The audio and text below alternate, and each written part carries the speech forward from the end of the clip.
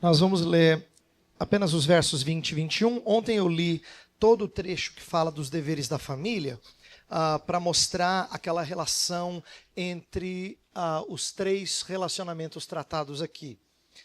Então eu fiz conexões com a primeira palestra. Hoje eu vou voltar a falar um pouquinho sobre coisas que a gente falou na quinta-noite e ontem, e eu espero que essa sequência faça você entender como é gostoso a gente ouvir sermões em série. Eu sei que vocês que são da Redenção, a maioria de vocês aqui parece-me que pertence à Igreja Presbiteriana Redenção, estão habituados a isso, mas nem todo cristão está. E quando a gente tem uma pregação em série, a gente enxerga as interligações entre as diferentes porções da Escritura. E é muito gostoso ver isso. Por quê? Porque a gente já tem maus hábitos. A gente já lê carta de maneira errada. A gente lê ela com subdivisões em negrito. Na verdade, ela não tinha capítulos, nem versículos, nem subdivisões em negrito. Era uma carta, você tinha que lê-la inteira, do começo ao fim. Mas não é muito comum a gente pegar e sentar e ler uma carta de Paulo numa sentada, não é? Então a gente já tem alguns hábitos que não combinam com a proposta do que de fato esses livros eram no começo da igreja neotestamentária. Então, eu vou tentar sempre fazer ligações para você ler com essa cabeça. Você está lendo uma carta em que ele passou de um verso para o outro, não assim preparando para, olha, isso aqui você prega no domingo que vem, porque já tem bastante conteúdo aqui. A gente faz isso porque a gente sabe que a palavra de Deus é rica. Então a gente expõe em pedacinhos pequenos. Mas ela foi escrita como um livro, que tem um gênero literário, né? Então ela está toda amarrada, toda interligada. E eu quero que a gente olhe para Colossenses assim. Então eu vou voltar e fazer algumas pontes, e amanhã a gente vai fechar fazendo a mesma coisa. Então Colossenses 3, versos 20 e 21. Vou assumir que todo mundo tem, ou pelo menos a grande parte tem, a Almeida Revista Atualizada. Vamos ler juntos? Só 2 versos. Vamos ler juntos os versos 20 e 21. Leiamos. Filhos, em tudo obedecei a vossos pais, pois fazê-lo é grato diante do Senhor. Pais, não irriteis os vossos filhos, para que não fiquem desanimados. Muito bem. Vamos orar mais uma vez. Senhor, pedimos a Tua iluminação, pois só o Senhor pode nos dar compreensão da riqueza do Evangelho na relação entre pais e filhos. Pedimos que hoje nós percebamos um pouco mais disso. Abençoa todos nós, pois todos somos pais extremamente carentes da Tua bênção, para que cuidemos dos nossos filhos. Oramos em nome de Jesus. Amém. Antes de falar de pais e filhos, deixa eu fazer um alerta aqui aos vovôs ou àqueles que estão numa fase em que filhos não estão mais em casa, ou porventura você ainda não tenha filhos. O precioso da palavra de Deus, eu me lembro disso com certa alegria, porque Mateus se lembra quando eu fui pregar a primeira vez na Redenção, e eu escolhi, não sei por que cargas d'água, a fazer uma palestra sobre pais e filhos, e tinha um monte de casal sem filhos. Não tinha quase criança na igreja, estava começando. Falei, meu Deus, errei. Não tinha criança, 2016. Falei, pronto, errei no texto bíblico, né? Mas o que eu aprendi que foi muito interessante? É que aquilo que a Escritura tem a dizer sobre pais e filhos pode e deve ser aplicado a todas as pessoas que, de alguma maneira, têm influência sobre outras ou são influenciadas sobre outras. O que eu quero dizer é o seguinte: quando Deus disse no jardim, sede fecundos, multiplicai e enchei a terra, Ele não está fazendo apenas dando uma ordem que diz respeito a ter filhos em grande quantidade. E eu vou dizer por que não é só isso. Porque se fosse isso, a gente diria, tem um pessoal das antigas que era bom de obedecer à Bíblia. O que a gente está querendo dizer é que as famílias eram grandes. Ah, mas eles eram crentes? Não, mas obedeciam à Bíblia, porque eles eram fecundos e enchiam a terra. Não é? Eu acho que essa é uma teologia bíblica errada. É verdade que ter muitos filhos é bênção, é herança do Senhor, é encher a aljava de alegrias, e isso é muito bom, e nós devemos estimular isso dentro do possível. No entanto, o objetivo de ser fecundos, multiplicar e encher a terra, era espalhar a imagem do Senhor por toda a terra, para que a glória do Senhor enchesse a terra como as águas cobrem o mar. O que isso significa? Que mesmo o apóstolo Paulo participou dessa missão, mesmo não sendo um homem casado. Mesmo o Salvador Jesus participou dessa missão, mesmo nunca tendo herdeiros biológicos. Porque o objetivo era fazer pessoas refletirem a imagem do Senhor e Salvador Jesus. Então, isso é muito significativo para que todos vocês, seja você um vovô, seja você um casal sem filhos, seja você um casal cujos filhos já saíram e parece que educar filhos não é mais a sua função, que você ouça a palavra de Deus hoje pela manhã como quem ainda tem a tarefa de espalhar a imagem de Deus por toda a terra.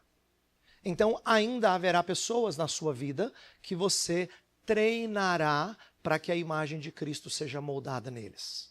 Tá bom? Então, é muito importante a gente entender isso.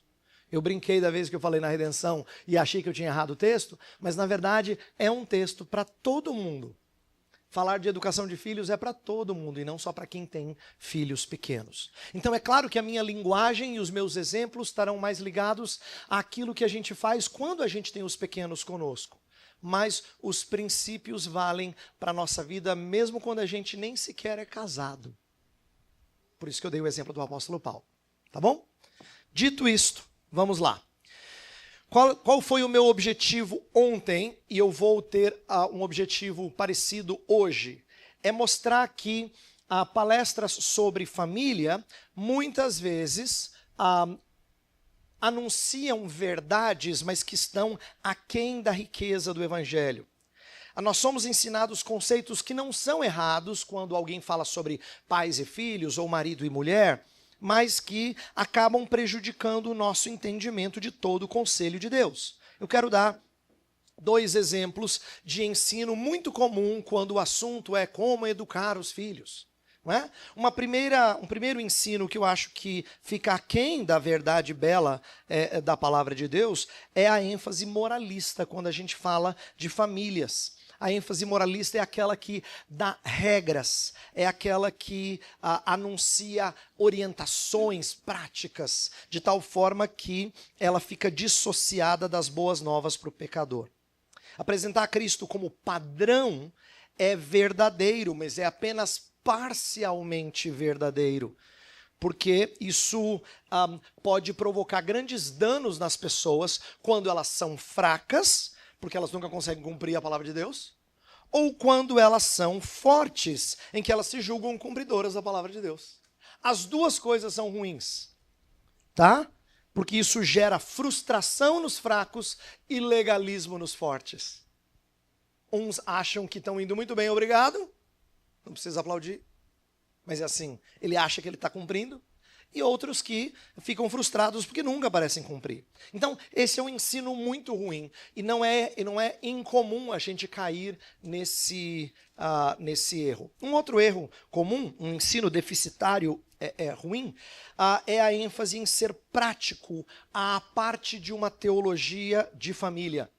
Quando eu falo ser prático, é assim, normalmente qual é o palestrante que as pessoas, nas igrejas em geral, pensam que seria ideal para um congresso de famílias ou um retiro de casais? Aquele cara que quando fala, tem muita experiência com casamento, com filhos, ele tem umas dicas muito legais, aí ele dá exemplos assim que são fantásticos da história dos filhos dele, hoje ele já é um vovô, uma vovó, né, assim, então consegue dar muitas orientações boas. E veja, ainda que esses exemplos possam elucidar muita coisa para a gente, como ensinar o que significa sujeitar o marido, amar a esposa, quando a gente fala dessas coisas, a parte de um entendimento da doutrina de Cristo, da doutrina da igreja, da doutrina do pecado, dentre outras áreas, como por exemplo a história da redenção, a teologia bíblica, o que a gente acaba fazendo é uma um cristianismo pragmático que é pobre de teologia e acaba sujeito a ensinamentos que não são bíblicos, porque eles carecem de uma boa fundamentação teórica. Sabe por que eu estou destacando isso a vocês? É porque o apóstolo Paulo não ensina moralisticamente, nem traz ensinos práticos à parte de uma robusta teologia. A Bíblia corrige as nossas ênfases. Isto é, ela não pensa assim, vou ler Cântico dos Cânticos, porque é um evento de casais. Então vamos falar do romance de Cantares. Veja, embora tenha esse livro na Escritura, não é verdade que só Cântico dos Cânticos serve para a gente aprender sobre casamento. Assim como não é verdade que Provérbios 1-9 é o único texto da Bíblia que ensinaria sobre filhos, ou Deuteronômio, capítulo 6, que são textos conhecidos sobre a relação de pais e filhos, tá? Quando eu falei ontem, na palestra passada, sobre relacionamento do lar dentro da nova vida em Cristo, o que eu quero dizer é que o poder de Cristo, o Evangelho, ele é o poder de Cristo que nos leva a entender relacionamento de marido e mulher e também de pais e filhos. Eu disse ontem, por exemplo, que exigir certas coisas sem o poder do Evangelho é como pedir para andar num carro que não tem motor, não é? Então, eu quero explicar como é que o que nós vamos falar hoje tem que ser um desdobramento da postura de fazer tudo em nome de Cristo. Deixa eu dar exemplos, olha só. Se a gente está falando sobre agir como Cristo agiu, carregando o nome de Cristo, então eu tenho que entender a riqueza de esvaziar-se como Cristo se esvaziou, para aplicá-lo à submissão da mulher. Eu não vou só dar dicas práticas de submissão, eu vou entender o que é que Cristo fez quando ele se submeteu, ou a profundidade da sua obra expiatória na cruz, para aplicar ao amor sacrificial do marido. Ou vou falar do espírito de servidão na relação de mestre com os seus discípulos, quando ele lava os pés deles. Por que eu estou conectando com tudo isso? Para dizer que um entendimento robusto de cristologia enriquece nossa compreensão de relacionamentos diários. Mesma coisa eu poderia dizer sobre eclesiologia. Quando a gente entende bem o que é a doutrina da igreja e quais os relacionamentos comunitários, como Paulo expõe lá em Colossenses 3, de 1-7, de 12 a 17, fica mais claro o que vem como implicação a partir do 18. Lá ele fala sobre as roupas que a gente tem que vestir, ele fala sobre suportar e perdoar uns aos outros, ele fala sobre o amor, que é o vínculo da perfeição, a paz de Cristo, a palavra de Cristo, o nome de Cristo. A gente mencionou isso na primeira noite, não é? E tudo isso tem implicações para a vida de pais e filhos, para a vida de marido e mulher. Então, eu quero defender para você, o seguinte, que seria muito bom que você pensasse, e aqueles que estão lidando com ministérios de casais aqui, pensassem em ministérios voltados para famílias, para casais,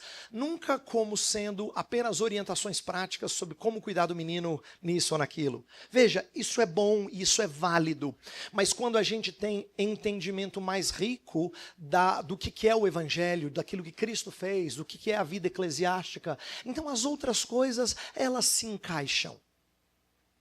As outras coisas se encaixam. Elas entram com mais facilidade. Isto é, eu não vou ter que ter lido o último livro sobre como viver numa cultura LGBT para eu saber exatamente como viver numa cultura LGBT. Se eu tenho o Evangelho bem compreendido, eu terei bons fundamentos para tratar de questões que são difíceis, polêmicas e às vezes que carecem de uma reflexão mais profunda. Tá? Então, eu quero falar de pais e filhos aqui, não fugindo muito do básico. Vocês vão ouvir o pastor Heber falar muita coisa que você diz assim, já ouvi antes. Exato. Só que eu quero falar isso em conexão com a vida dos filhos, tá? Com a vida dos nossos filhos. Então, veja só, essa mensagem visa fugir do moralismo e do ensino prático sem fundamentação teológica. A gente precisa ser lembrado do poder de Cristo e da vida comunitária do corpo de Cristo. Então, exemplos agora familiares, tá? deixa eu fazer aqui, lembrar algumas coisas importantes aqui, antes da gente prosseguir para aquilo que o texto tem a nos ensinar de maneira bem direta. Primeira coisa que eu quero dizer é que o relacionamento pais e filhos, ele está debaixo do fazer tudo em nome do Senhor Jesus. Lembra? Eu falei isso no versículo 17. O que isso significa é que a gente precisa voltar para a pessoa de Jesus, não só como parâmetro de esposa e de marido, que eu falei ontem, mas inclusive de filhos, o que é fácil da gente identificar, porque ele é filho de Deus, e de paternidade também.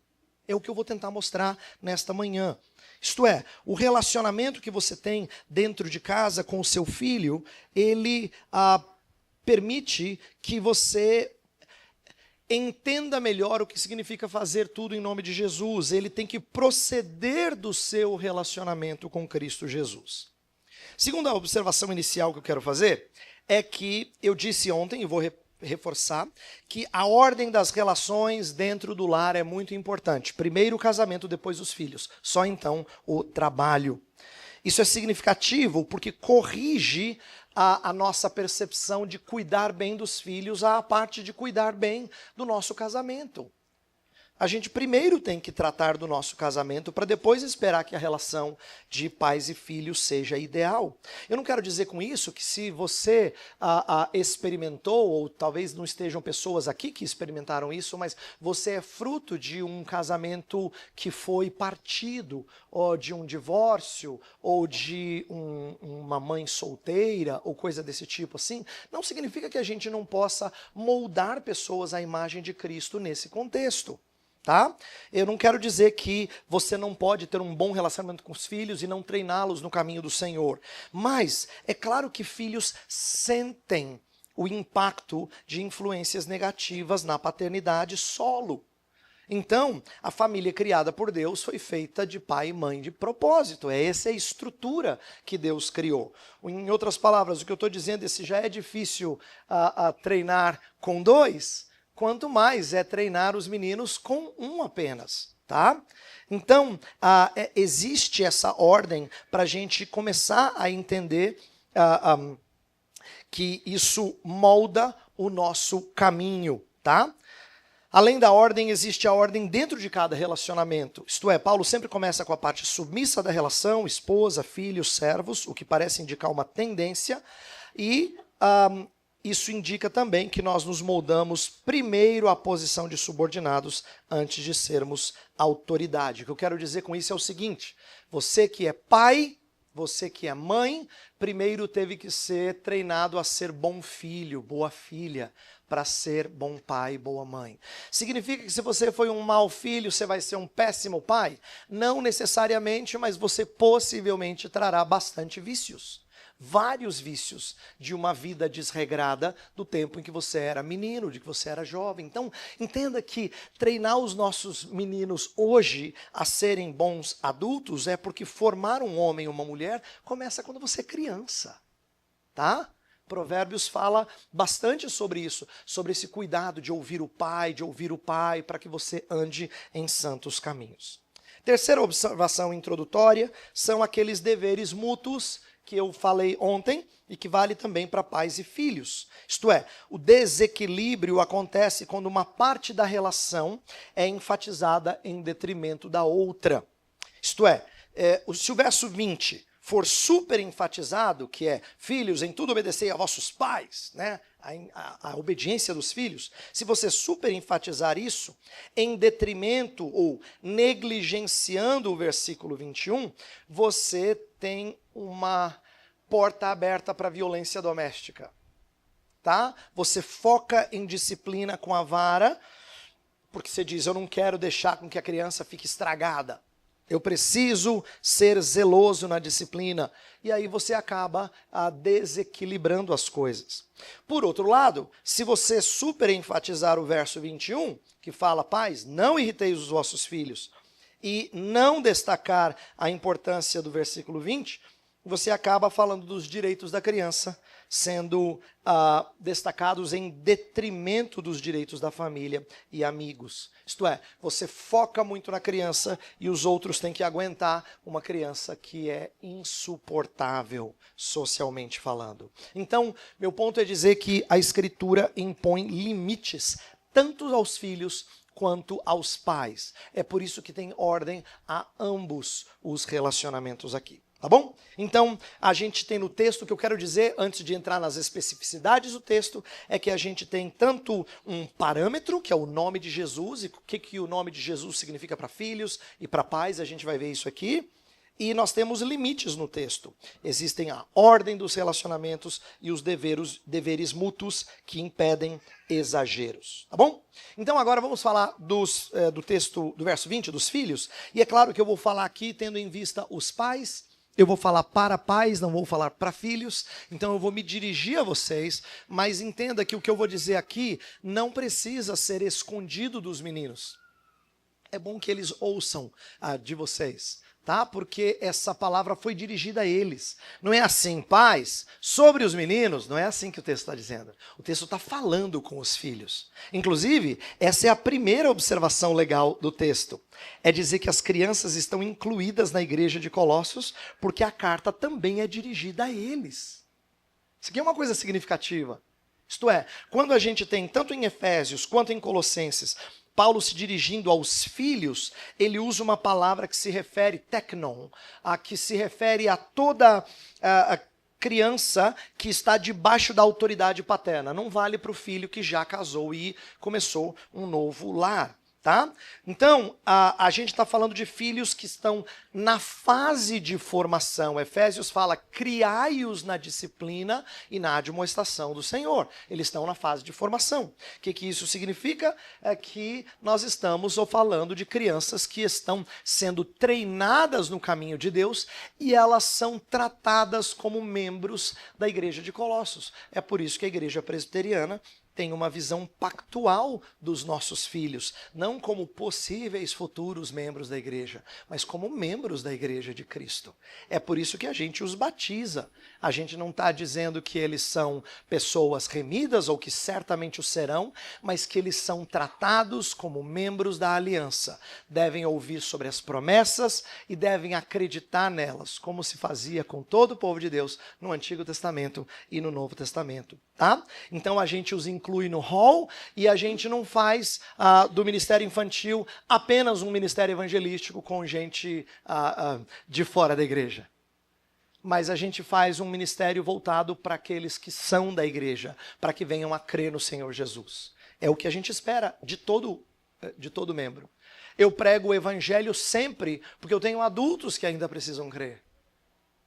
Eu prego o evangelho sempre porque eu tenho crianças e adolescentes que ainda precisam crer. É assim que a igreja tem que pensar no que diz respeito à membresia da igreja, tá? Então a primeira liçãozinha importante desse texto é que Paulo fala aos filhos porque eles fazem parte da igreja. Eles não são só o futuro da igreja, eles já são presentemente parte da igreja. O texto fala, filhos, em tudo obedecei a vossos pais.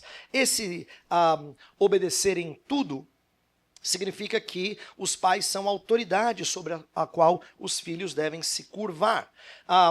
Quando filhos cumprem com frequência as ordens dos seus pais, fica muito mais fácil eles obedecerem os mandamentos do Senhor. Tá? Inclusive, Hebreus vai falar que a obediência aos pais é um treinamento para obedecer a Deus. Está lá em Hebreus capítulo 12. Ele fala, nós não obedecíamos os nossos pais segundo a carne? Então, o mesmo temos que fazer com o nosso Pai celestial. Então, uma coisa está ligada à outra. Obediência aos pais é parte do discipulado. Tá? É parte do discipulado. O nome de Cristo é tanto a motivação para a obediência, quanto o limite para ela. Quando o texto fala assim, filhos, em tudo obedecei a vossos pais, pois fazê-lo é grato diante do Senhor, esse em tudo não significa um em tudo sem limites. É claro que não. Né? A gente sabe que a obediência a Deus está em primeiro lugar e ela é colocada claramente em outros lugares da Escritura. Quando Pedro fala assim, importa antes obedecer a Deus do que aos homens. Isso vale também na relação entre filhos e pais. Então uma das coisas preciosas do evangelho que você tem que ensinar aos meninos é aquilo que o apóstolo Paulo fez no começo de Gálatas, quando ele fala assim, ó, se alguém trouxer um outro evangelho, se eu trouxer alguma outra coisa, não me escute. Diferente daquele evangelho que eu anunciei a vocês. O que ele está dizendo, em outras palavras, é, se o papai mandar você fazer alguma coisa que desonra o Senhor, não ouça o papai. Você está me ouvindo? Agora eu estou falando corretamente. Então me ouça agora. Se na minha ira ou na minha brincadeira eu propuser algo que desonra a Deus, não faça. Isso é ensinar o evangelho a eles. E mostrar que nós não somos uma autoridade inquestionável. Paulo avisa que nem ele deveria ser ouvido se ele pregasse um outro evangelho. A gente deveria fazer o mesmo. Agora, essa não é a ênfase do texto. Paulo não se preocupa em qualificar o obedecer em tudo. Ele não fala obedecer em tudo, mas é claro, sempre subordinado a Deus. Ele não fala assim. Por que ele não fala isso? Porque essa não é a grande briga dos meninos. Eles não ficam assim, nossa, será que eu obedeço a Deus ou meus pais? Essa não é a briga dos meninos. No coração deles a briga é outra. O conflito é entre a vontade dos pais e a vontade deles. Esse é o conflito. Eles nasceram pecadores e por causa disso, a grande fraqueza deles é o pecado que reside neles. Então eles são desobedientes por natureza e precisam ser ensinados a obedecer. Eu sempre tenho vontade de rir quando eu ouço o pai dizendo assim, onde é que você aprendeu isso? Como se tivesse assim, tido uma escola de pecado. O moleque é bom por natureza. Pensa num dom porcaria. Ele tem. Ele tem. Ele já nasceu com a aptidão. Tá? Ele não precisa ser treinado. Tipo, onde é que você aprendeu isso, menino? Ele aprendeu porque o coração dele é mau. Né? E ele, claro que eles pescam coisas derivadas de más influências. Mas ele pesca isso e não pesca as outras por quê? Você não ensina várias vezes coisas boas?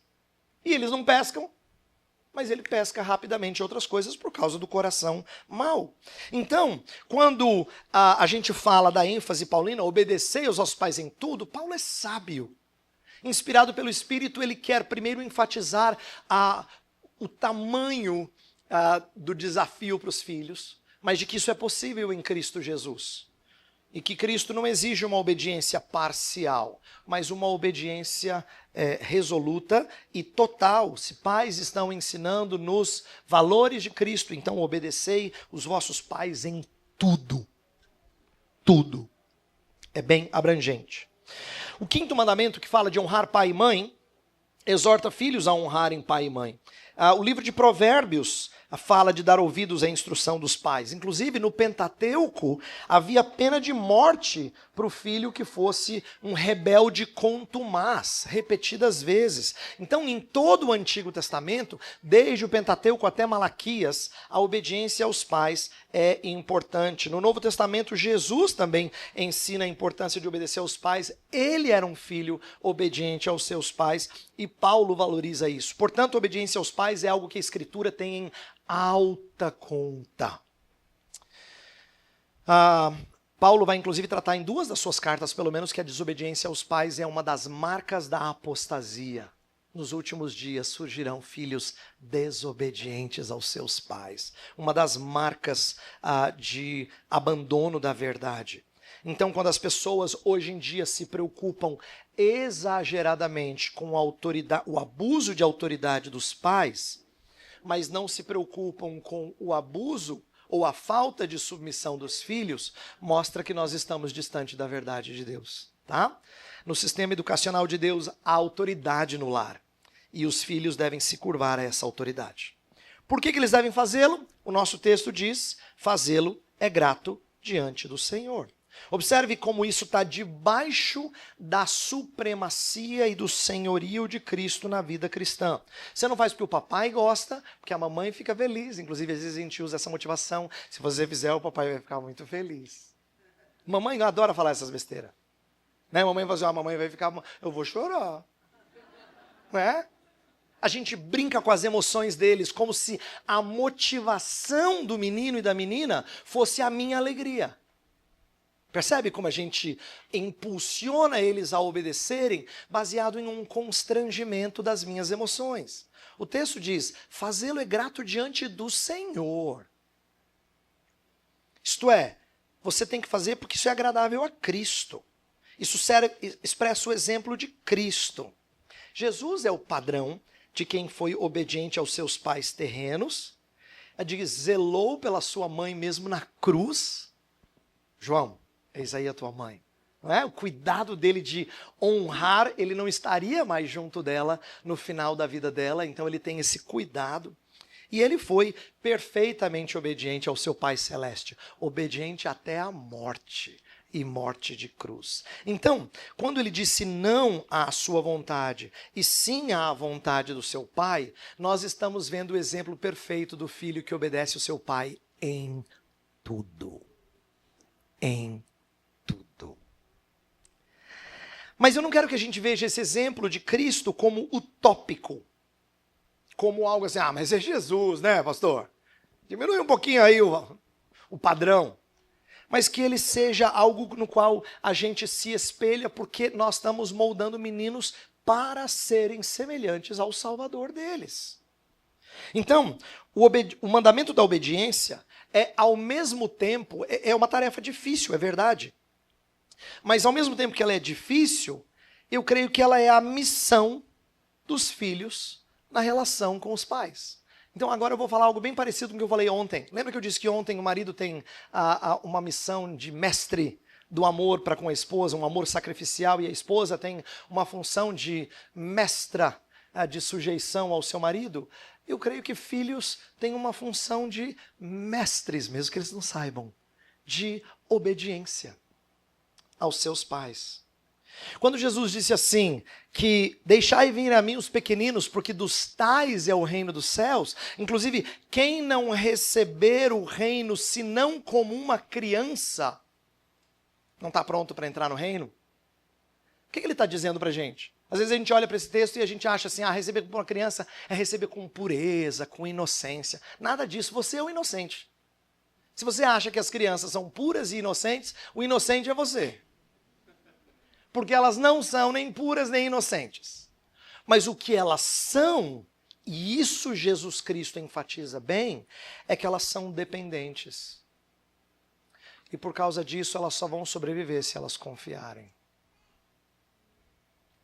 Isto é, elas estão numa relação de dependência com os pais. E nisso elas podem ensinar os pais. Sabe uma das coisas mais espetaculares que os pequenininhos fazem? Que assim, é super simples, mas é lindíssimo. É você botar aquela criança de 2, 3 aninhos num lugar alto assim, e você fala, pula pro papai. E ela não está dizendo assim, esse homem é besta, porque acha que eu vou pular daqui de cima. Ela não raciocina assim. Ela se joga para os seus braços. Agora você, crescidinho, fica calculando, será que a gente vai fazer? Será que não vai? Eu não quero testar o Senhor aqui, vai que, né, não dá certo. Você entendeu? Você não se joga nos braços do seu pai. Você fica calculando por causa do medo. O que eu quero dizer é que a dependência dos meninos faz com que eles necessariamente só sobrevivam se eles confiarem. E nesse sentido que eles são mestres de obediência. Porque obediência na Escritura também é fruto de confiança. Crer e observar. Isto é, o observar tem que vir como resultado do crer. Na Escritura é assim. A obediência dos filhos surge com a confiança que eles têm nos pais, que querem o melhor para eles. Agora, o que vai acontecendo na medida que eles crescem? Eles vão mostrando ainda mais a sua incredulidade.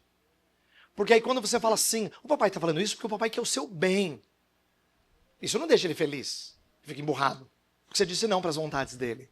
E ele não está acreditando mais que você quer o bem dele. Então, fica mais evidente para nós a incredulidade. Fica mais nítido para nós a luta deles com a incredulidade. O que eu quero dizer para você é que os nossos meninos precisam do Evangelho. eles precisam, à medida que o tempo que eles desenvolvem, vai ficar mais nítido para você a incredulidade deles. É por isso que a gente tem dificuldade com filhos crescidos mais do que quando eles são pequenininhos. Você vai ouvir vários pais dizendo assim, quando é pequeno é uma delícia, né? Depois que cresce fica essa coisa aí. E por que pais dizem isso? É porque quando eles são pequenos, eles são mais fáceis de controlar. Eles dependem mais de você e é uma delícia poder prover a eles aquilo que eles precisam. Pois eu quero dizer para você que é uma delícia para o Pai Celeste prover a você aquilo que você precisa. Só que às vezes você parece adolescente com o Pai Celeste, ao invés de parecer um menino de 2, 3 anos, entendeu? Você parece adolescente. Isto é, ao invés de você buscar nele suprir as suas alegrias, você desconfia. Então, os nossos meninos precisam do Evangelho. E nós precisamos levar isso a eles, tá? Para que a obediência deles não seja legalismo. A gente precisa chamá-los a confiar. Então, o que eu quero dizer com isso? É que a gente precisa que a mensagem que a gente está passando a eles chegue ao coração. Porque filhos também sofrem de incredulidade. Nossa grande tarefa não é fazê-los obedecer simplesmente. Às vezes eles até obedecem, mediante ameaças, ou quando você levanta a voz. Sabe? Quando você resolve usar a voz de macho. Aí você fala forte, aí eles fazem a partir de medo. Ou se a mulher é brava em casa, ela vai pegar o chinelo ou alguma outra coisa, e aí o moleque... Mas se eles só obedecem e se eles só ouvem isso, o que a gente está produzindo neles? Uma obediência reativa ao medo que se tem da punição. Né? A gente não quer só isso quando a gente cuida dos meninos. A gente quer uma obediência que provém de compreender que as nossas regras são as melhores para o bem-estar deles. Entenda que obedecer por medo é algo presente, inclusive, na nossa vida hoje. Quando você está andando numa rodovia, cujo limite é 80 por hora, e você está andando a 120, e aí vai passar o radar e você dá aquela desacelerada para não pegar você, o que você está mostrando? Que você também obedece por medo. Porque você não acredita que você tem que andar a 80 para ter o melhor daquela estrada. Você pode andar a 120 e aproveitar o melhor dela. Até você, crescidinho, também obedece por medo. Então, o que eu quero dizer é que os nossos meninos fazem isso o tempo todo. O tempo todo. Eles calculam o quanto eles podem desafiar e o momento de obedecer, para não ter a punição. Agora, quando a gente os treina apenas a fazer isso, nós estamos deixando de treiná-los a confiar, tá? Nosso grande desafio como pais é levá-los a crer e a obedecer-nos como resultado de quem crê em Deus. Então, quando Deuteronômio 6 fala assim, amarás o Senhor teu Deus de todo o teu coração, e tu inculcarás isso aos teus filhos, é porque o nosso objetivo é levá-los a obedecer em tudo, como resultado de confiança, ok? Então, a primeira lição, à medida que eu falo aqui do papel dos filhos, é a gente entender que filhos podem e frequentemente são mestres de obediência. Quando eles são pequenininhos, isso fica mais nítido. Mas o coração deles não é correto e eles não são perfeitos mestres. Eles também precisam do Evangelho de Jesus. É por isso que à medida que eles crescem, eles vão se perdendo na sua desconfiança e, consequentemente, na sua desobediência. Inclusive, mais um parênteses aqui para você entender. Quando eu e você lutamos com obediência a Deus, em qualquer área que seja, vamos supor que você esteja lutando com aspectos de pureza sexual, ou você esteja lutando com pureza nos lábios, você fala coisas que são indevidas em relação a outras pessoas, ou você está lutando contra a sua ira, né, a falta de paciência, ou você está lutando com a sua ansiedade. Todas as vezes que a gente repete pecados, na verdade a gente está evidenciando incredulidade. Isto é, a gente não acredita que a beleza de Cristo seja tão preciosa que as suas dádivas são suficientes para que a gente encontre prazer. É por isso que a pessoa busca prazer em outra coisa.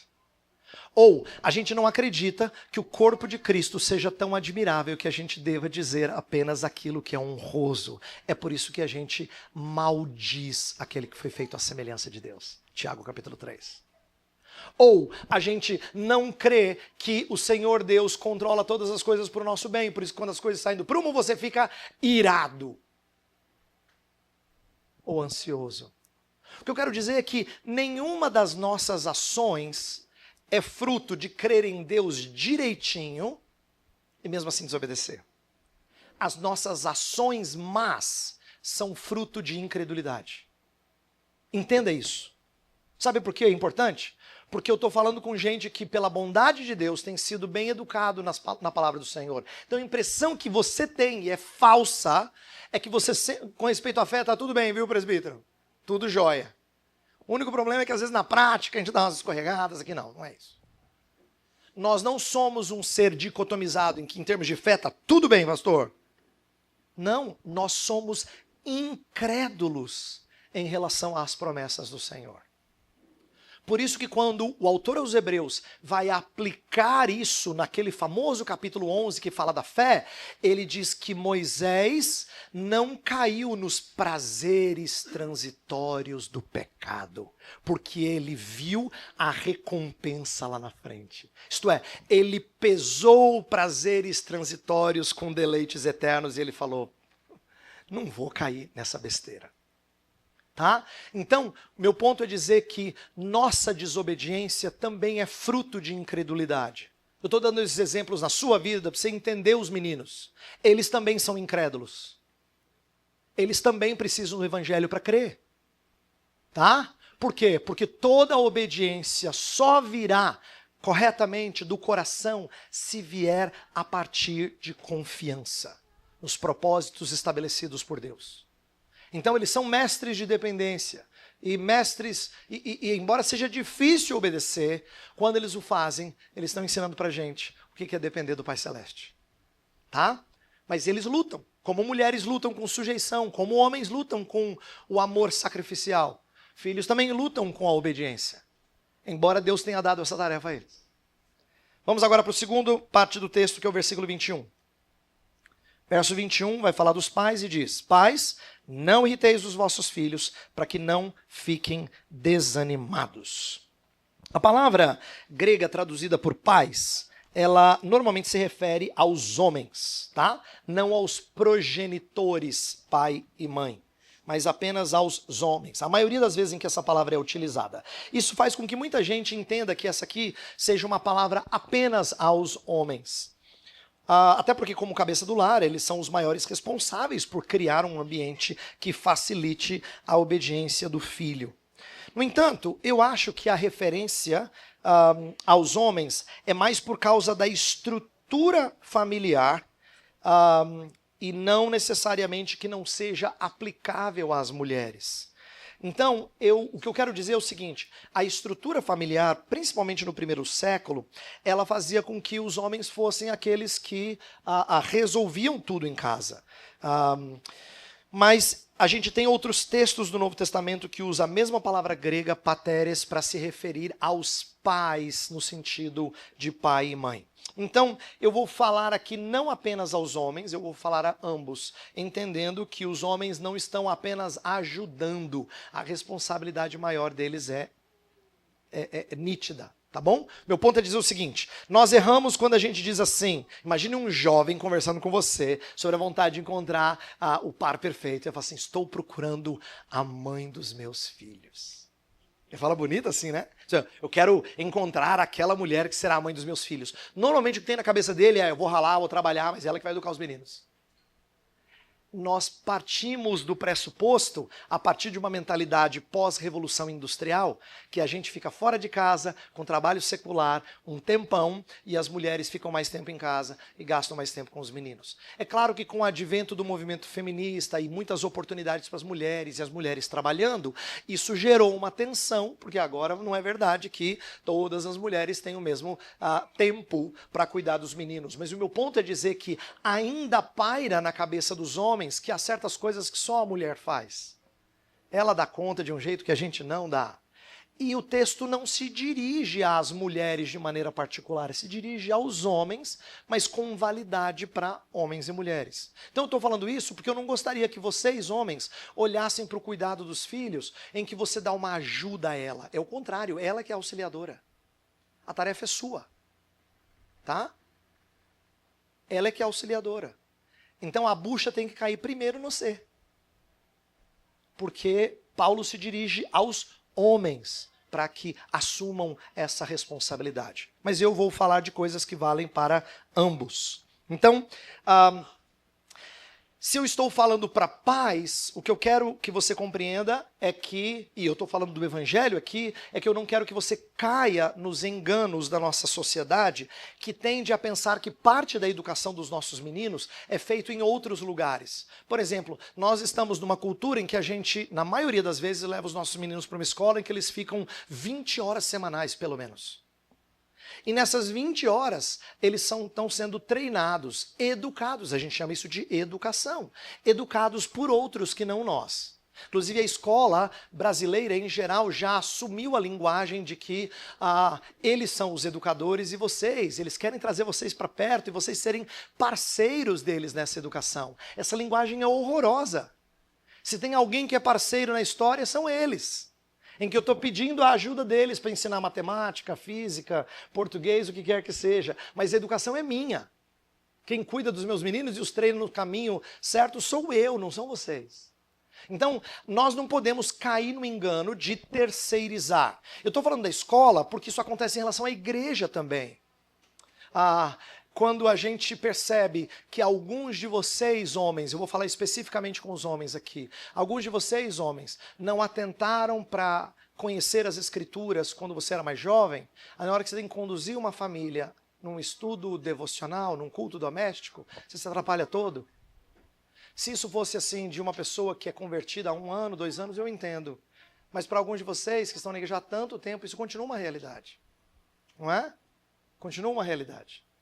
Então, cuidado para que você não pare no tempo, no cuidado espiritual. Não terceirize para a igreja. Não promova isso para a igreja. Conheça as escrituras. Vocês vão treiná-los nesse caminho. Bem, no contexto greco-romano, tem um aspecto aqui que eu quero ensinar, que eu acho que Paulo está falando com isso em mente. No contexto greco-romano, o pai tinha uma autoridade sobre a família que era muito grande. Eles chamavam isso de pátria potestas, uma espécie de autoridade absoluta, um poder absoluto, não é? Em que eles tinham sobre os filhos. Mas na escritura, pais não são donos das crianças. Eles são embaixadores de Cristo no discipulado deles. A perda dessa identidade enquanto pai e mãe requer uma reorientação da paternidade. A nossa relação horizontal com os filhos precisa estar subordinada à nossa relação com Cristo. Isto é, sua missão, pai, não é fazê-los obedecer à sua vontade, mas é a vontade de Deus. Então, por que é importante eu enfatizar isso? Eu já falei antes que a gente brinca com as emoções deles, mas às vezes a sua irritação provém do incômodo de você ter as suas regras quebradas. O nosso ambiente perturbado. Presta atenção nas vezes em que você perde as estribeiras. Quase sempre. É porque a casa está um caos. E você queria um pouquinho de paz no seu reino. Rainha. Né? Rei. Você queria um pouquinho de paz, queria um sossegozinho. Mas, porque eles estão transtornando esse reino seu. Nós ficamos incomodadíssimos com as nossas regras quebradas, com o nosso ambiente perturbado. Isso mostra que a gente perdeu o referencial de quem é rei naquela casa. A gente perdeu o referencial, né? De quem de fato governa. Nós queremos que eles cumpram a nossa vontade e não a vontade do Senhor Deus. Tem um livro muito legal, alguns de vocês devem conhecer, do Paul Tripp, chamado Desafio aos Pais. Ele tem uma ilustração que eu adaptei aqui, eu quero ler para vocês, sem entender como frequentemente os momentos, são os momentos de tensão na nossa casa. Olha só, ele diz assim: apenas 15 minutos depois de proferir o 5º discurso do dia aos seus filhos sobre amar o próximo, porque eles estão brigando direto, Você se senta em sua poltrona com o celular em mãos para olhar o celular um pouco, a fim de ler as notícias e navegar nas mídias sociais. Um pouquinho só. Trabalhou o dia inteiro. Antes sequer de começar, você ouve vozes iradas no corredor, vindas exatamente do quarto onde você já tinha estado. Não dá para acreditar. Você diz, eu não acredito. Tudo que você deseja é um pouquinho de sanidade nessa casa. Um sentimento o impele na direção do corredor e esse sentimento não é o amor. Algo o motiva a prosseguir e não é a graça. Antes mesmo de perceber que deixou sua poltrona, você já se vê no quarto aos berros falando, mas sem pensar. Você está reagindo. Mas o que faz não é exercer seu papel de pai. Você distribui castigos e as ameaças são piores, caso precise voltar a falar com eles. Você volta à sala, desabafa na poltrona e abre o celular novamente, mas não consegue prestar atenção, porque as suas emoções estão fervilhando. Você se sente levemente culpado, mas tenta se convencer de que os filhos mereciam. Olha a racionalização. Aí ele diz assim, você já não passou por algo parecido? Talvez mude um detalhe do exemplo aqui a colar, mas isso é bem a cara da nossa falta de paciência com os meninos. O que isso revela? A gente perdeu a visão do pai e da mãe como embaixador de Cristo. Entendeu? A gente esqueceu, a gente acha que nós achamos que somos o monarca e não o embaixador. Essa irritação provém de pensar que os nossos filhos são posse. Nisso a gente está sendo igual aos pagãos do primeiro século, o potestas pátria, não é? Deus nos confiou seres à imagem dele para que nós sejamos agentes nas suas vidas. Então, sabe o que eu acho curioso? Colossenses não diz o que o pai tem que fazer, só diz o que ele não pode fazer. Isso causa desespero para a gente quando a gente vai num retiro de casais, não é? E a gente quer, assim, ouvir dicas práticas. Lembra que eu falei que a gente está, às vezes, ansioso de ouvir questões práticas? Mas, na verdade, a gente abandona a visão de que cabe a nós, ou melhor, quando a gente abandona a visão de que cabe a nós transformá-los em pessoas de bem, quando nós desistimos de tentar produzir a mudança, estamos mais prontos a sermos instrumentos da graça que salva, perdoa e transforma. Então Deus convida você, pai, a agir no coração dos seus filhos. Então, quando você está confrontando os filhos, você não está contra eles. Eles precisam entender que você está a favor deles. Como? É porque não é a sua regra que foi desobedecida. Antes de tudo, é a honra do Senhor Deus que foi ferida. A favor, no sentido de que você apresenta as misericórdias de Cristo a eles. Não contra eles na sua ira desenfreada por ter perturbado o seu dia. Em outras palavras, se você é embaixador de Cristo, até quando você corrige mediante disciplina, a ideia aqui não é a nossa irritação, mas emular as palavras graciosas de Cristo para produzir neles a imagem do Senhor. Quando o texto fala, não irriteis os vossos filhos, é porque ele está pensando em algo que deixa os filhos exasperados, sem ar, ou que sufoque, que tire o ânimo, que desanime.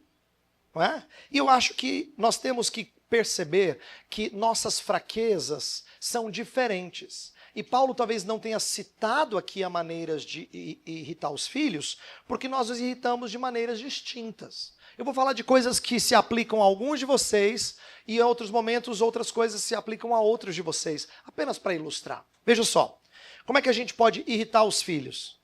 Nós irritamos os filhos quando nós somos super protetores.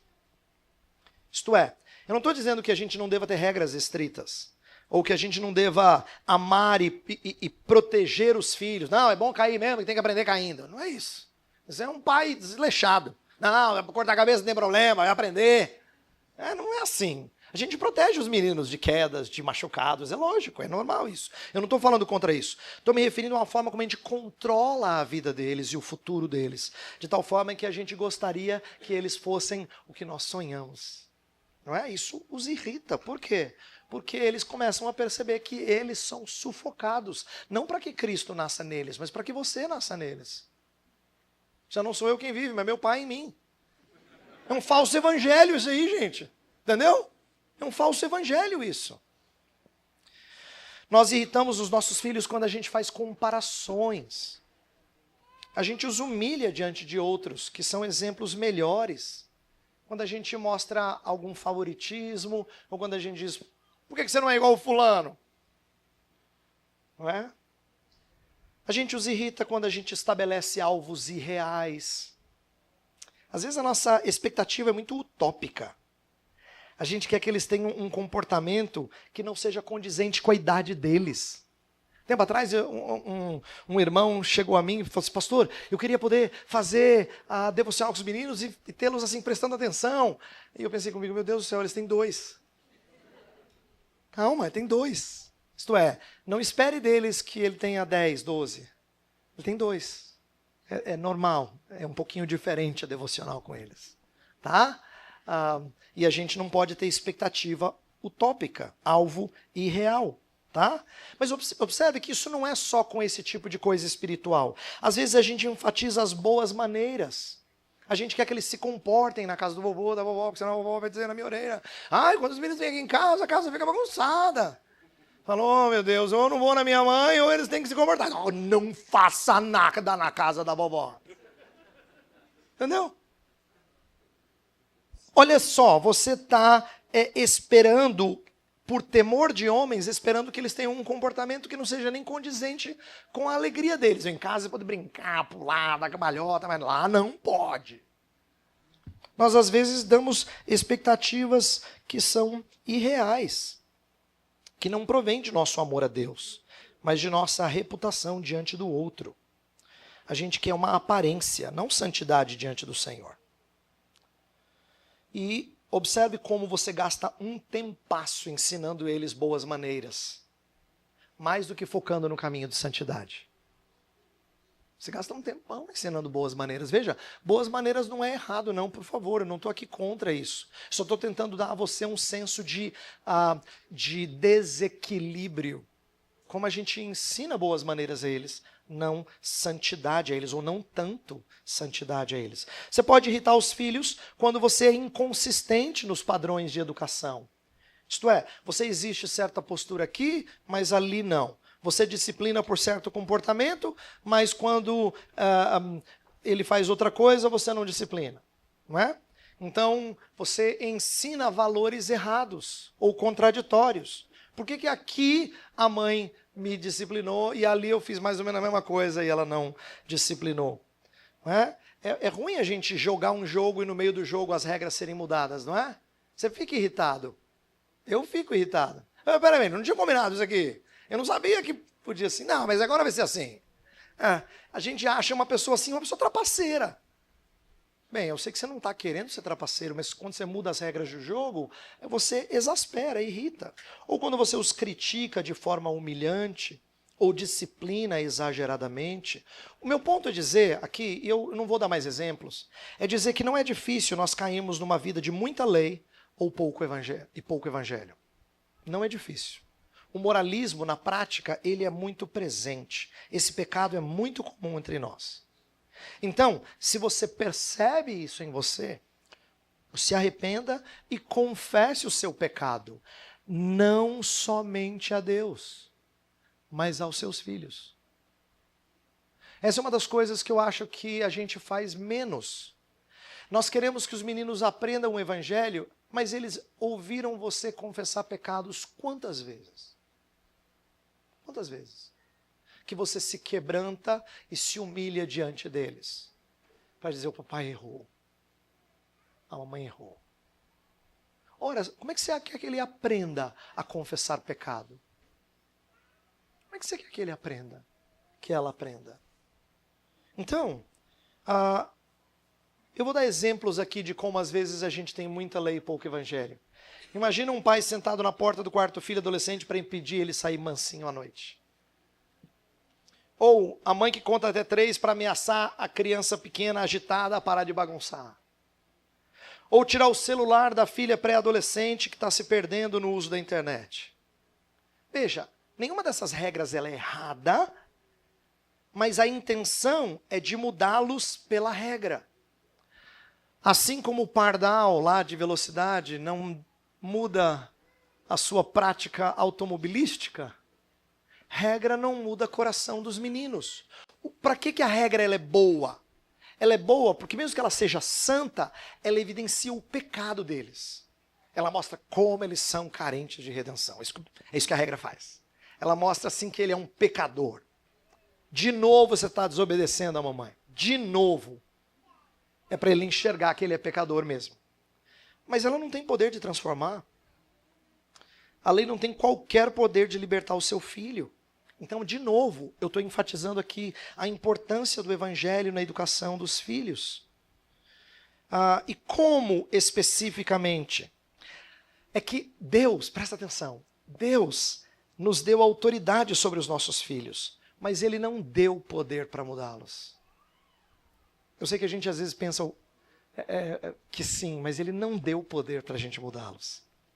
Então, quando a gente fala mais alto, ou quando a gente dá um castigo muito severo, ou a gente aumenta a ameaça, frequentemente, eu e você achamos que a gente vai mudá-los. A gente faz com a expectativa de mudá-los. Você pode até mudar comportamento, mas você não mudou coração. E o que muda comportamento é behaviorismo. O que muda coração é cristianismo. É pregação do evangelho. Tá? Deus nunca colocou sobre você o fardo de mudá-los. Pense nisso. Deus nunca colocou sobre você o fardo de mudá-los. Nossa tarefa é apenas de sermos instrumentos daquele que pode mudar. Então você tem que se colocar na mão dele. Lembra que eu falei que os filhos ensinam os pais a obedecerem em tudo? Eu creio que pais ensinam os filhos a serem misericordiosos, mesmo com autoridade nas mãos. Por isso, quando fala não irriteis os vossos filhos, é assim, a mão pesada pode descer forte. Mas a gente precisa mostrar a eles o que um pai todo poderoso, mas cheio de misericórdia e graça faz com a gente. Jesus foi o grande mestre que revelou a misericórdia do Pai. Ele cujo jugo é suave e o fardo é leve, é um exemplo de misericórdia em seu exercício de autoridade. É por isso que Jesus Cristo pega a mulher adúltera e perdoa. É por isso que ele pega leproso que está desafiando as regras sociais e entrando no meio da multidão e sara.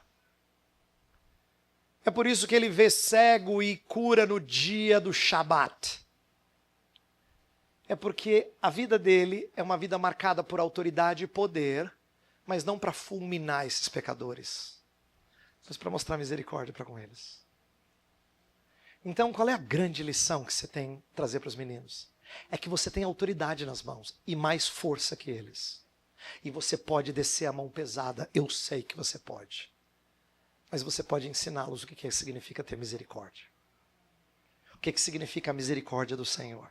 Misericórdia em meio à autoridade. Então eu quero terminar dizendo algo parecido com o que eu falei ontem. Marido e mulher espelham diferentes glórias do Salvador. Semelhantemente, pais e filhos espelham diferentes glórias do nosso Salvador. Filhos devem ensinar seus pais como obedecer a Deus. E pais devem ensinar seus filhos como exercer misericórdia, mesmo em posse de autoridade. Quero orar, porque eu sei que essas coisas não são fáceis. A palavra de Deus parece que tem o dom de nos dar as tarefas que são mais difíceis para nós. Mas é para mostrar o que o poder da vida ressurreta em Jesus é capaz de fazer. Vamos orar. Senhor, nós estamos aqui certos de que nós já erramos muito com os nossos filhos. Existem vários pais e mães aqui. Alguns com os filhos crescidos, outros com os filhos grandes, mas ainda em casa. Outros com eles bem pequenos, mas não importa, Senhor, a idade deles. Não importa. Ainda que sejam pequenos, nós já tivemos experiência suficiente para ver que nós falhamos com eles.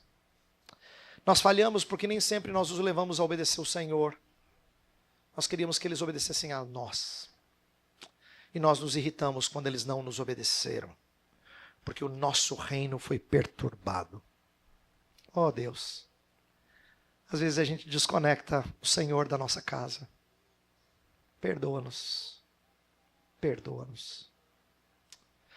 Nós também falhamos, Senhor, porque ao invés de mostrar uma autoridade graciosa, por vezes nós aplicamos regras cada vez mais duras, achando que isso iria mudá-los. Dia após dia nós temos visto que as regras não os transformam. Às vezes eles parecem piores, Senhor. E nós temos vontade de chorar. Por isso, nessa hora, nós pedimos que o Senhor nos liberte do fardo de querer mudá-los. O Senhor não nos deu essa tarefa. O Senhor nos deu a tarefa de sermos instrumentos teus à medida que o Senhor os muda. Nós só temos que ensiná-los o bom caminho. E quando eles falharem nesse bom caminho, nós temos que exercer misericórdia. Ensina-nos a, humildemente, confessar os nossos pecados diante deles, para que eles aprendam o que é confissão de pecados, o que é um coração contrito e abatido que o Senhor não despreza, para que eles também sejam transformados pelo Espírito e venham a confessar assim. Nós queremos essa alegria, Senhor, ver meninos e meninas que confessam amor a Jesus. Esse é o nosso maior anseio. Essa é a nossa maior alegria.